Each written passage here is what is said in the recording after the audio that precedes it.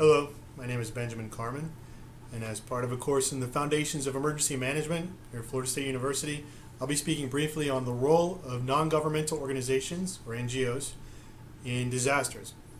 Now, as part of my research, some of my references that I use would be FEMA's Comparative Emergency Management training course, session number 26, and then also personal experience that I've gained through 20 years of military service, including 16 years serving with the Florida Army National Guard, in some cases right alongside NGOs, both in Afghanistan and here at home in South Florida with the Red Cross during Hurricane Wilma.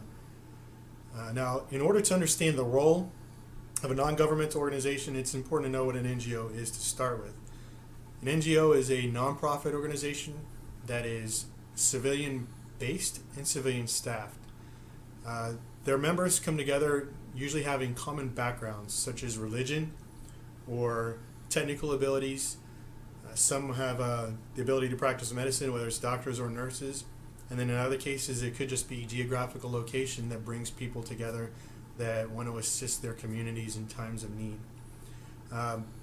Some well-known NGOs or non-governmental organizations you may be familiar with are the Red Cross, Habitat for Humanity, Doctors Without Borders, and USAID.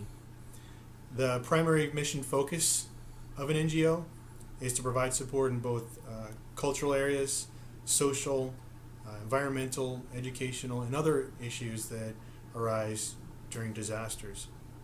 Some of the mission essential tasks that fall individually to certain NGOs would be to provide shelter in the time of disasters. Others will provide first aid to those who are injured. Some provide psychological counseling to disaster victims.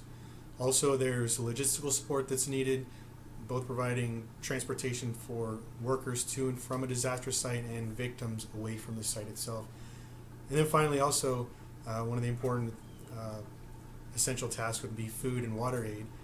In the case where electricity is lost, sometimes food goes bad. You need a good source of food and a good source of clean water to provide sustenance.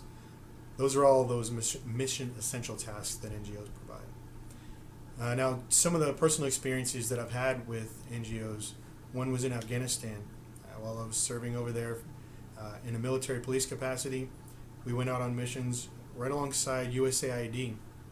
What they would do is they would go out to women's shelters and orphanages and hospitals and provide items such as blankets or heaters.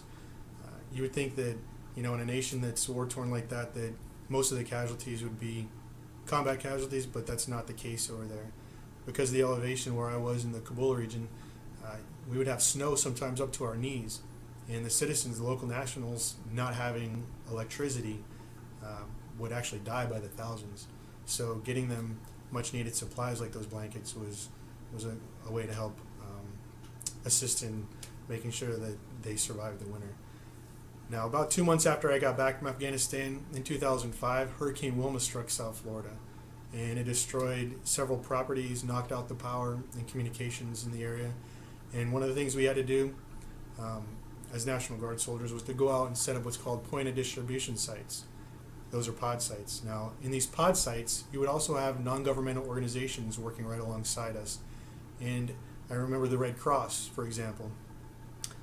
While they were out there helping pass out food in the form of meals ready to eat and ice, they would also give out tarps to people whose roofs were damaged to make sure that there wasn't any further damage from the rain that was coming through. One of the great things about an NGO is quite often they don't have to jump through some of the bureaucratic hurdles that state, local, and federal government does in order to provide assistance to disaster victims. When people donate or provide funds to an NGO, those funds typically translate directly to the victims that are in need during disaster response and recovery operations. So with that said, I would like to thank you for the opportunity to enlighten you on the role of NGOs, non-governmental organizations, and just ponder to yourself, have you ever experienced working alongside or needed the assistance of an NGO? What other NGOs are out there other than the ones that I named that might be able to help you or your loved ones in an area that they might live somewhere outside of the state of Florida? And again, thank you for your time.